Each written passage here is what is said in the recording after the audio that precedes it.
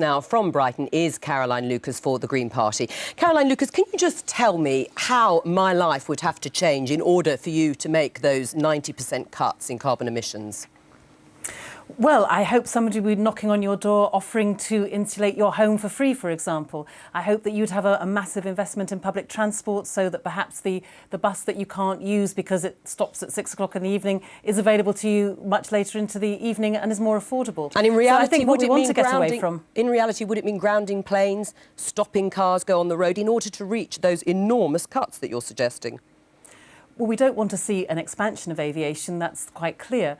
When it comes to using your car, what we want to be able to do is to give people more choices to be able to leave the car behind. We recognise that for many people, particularly in rural areas, that's just not an option at the moment. So it's about making it easier to take green action. What about your economic pledges? You want to increase public spending by £72 billion. That's not economically credible, is it?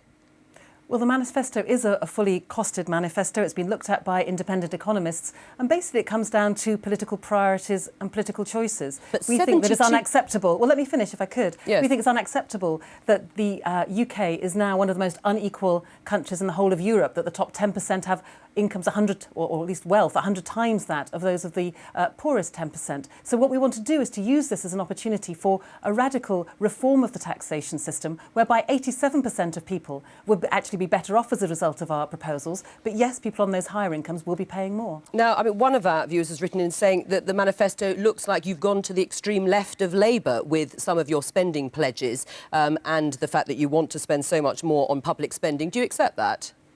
Well, I think to be left of Labour, to be quite honest, isn't very extreme. Labour's gone so far to the centre that there is a massive space on that part of the agenda, which we are very proud to say that we are filling. It's always been part of our manifesto. The social side, those social policies, always been there. But of course, it's more difficult for us to get those messages across. This election is a real opportunity for us to say to people that if you do want a party that is serious about tackling inequality, that is serious about social justice and fairness, as well as all of the environmental policies that they know us for, then now is the time to vote Green. Caroline, one of the more unusual policies is teaching vegetarianism and veganism at schools. Would that be compulsory?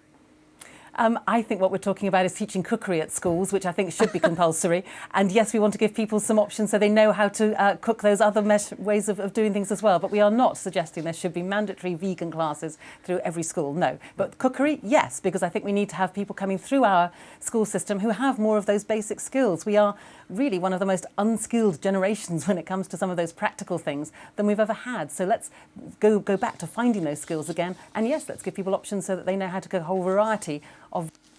Oh, well, that was the end of that interview rather suddenly. Goodness me, did the electricity you go out? You were just about to bring it to an end. I was about to bring it to an end. Did you pull the plug? I didn't do anything like that. I did want to mention, though,